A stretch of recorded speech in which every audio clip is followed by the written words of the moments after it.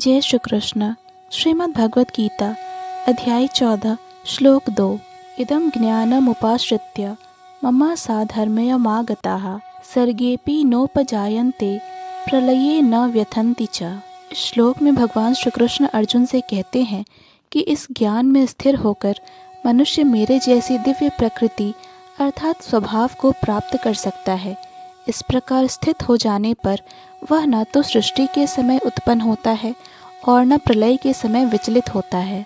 अर्थात पूर्ण दिव्य ज्ञान प्राप्त कर लेने के बाद मनुष्य भगवान से गुणात्मक समता प्राप्त कर लेता है और जन्म मरण के चक्र से मुक्त हो जाता है।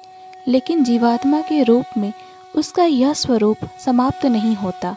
वैदिक ग्रंथों से ज्ञात होता है कि जो मुक्त आत्माएं वैकुंठ जगत में पहुंच चुकी हैं, वे निरंतर परमेश्वर के चरण कमलों के दर्शन करती हुई उनकी दिव्य प्रेमा भक्ति में लगी रहती हैं। अतएव मुक्ति के बाद भी भक्तों का अपना निजी स्वरूप नहीं समाप्त होता। सामान्यतया इस संसार में हम जो भी ज्ञान प्राप्त करते हैं वह प्रकृति के 3 गुणों द्वारा दूषित रहता है। जो ज्ञान इन गुणों से दूषित नहीं होता वह दिव्य ज्ञान कहलाता है।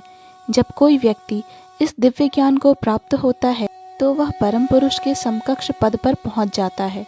जिन लोगों को चिन्मय आकाश का ज्ञान नहीं है वे मानते हैं कि भौतिक स्वरूप के कार्यकलापों से मुक्त होने पर यह आध्यात्मिक पहचान बिना किसी विविधता के निराकार हो जाती है। लेकिन जिस प्रकार इस संसार में विविधता है उसी प्रकार आध्यात्मिक जगत में भी है। जो लोग इससे परिचित नहीं हैं वे सोचते हैं कि आध्यात्मिक जगत इस भौतिक जगत की विविधता से उल्टा है। लेकिन वास्तव में होता यह है कि आध्यात्मिक जगत अर्थात चिन्मय आकाश में मनुष्य को आध्यात्मिक रूप प्राप्त हो जाता है। वहाँ के सारे कार्यकलाप आध्यात्मिक होते हैं और यह आध्यात्मिक स्थिति भक्ति में जीवन कहलाती है। यह वातावरण अदूषित होता है और यहाँ पर व्यक्ति गुणों की दृष्टि से परमेश्वर के समकक्ष होता है। ऐसा ज्ञान प्राप्त करने के लिए मनुष्य को समस्त आध्यात्मिक गुण उत्पन्न कर लेने होते हैं। जो इस प्रकार से आध्यात्मिक गुण उत्पन्न कर लेता है वह भौतिक जगत के सृजन या उसके विनाश से प्रभावित नहीं होता। जय श्री कृष्ण।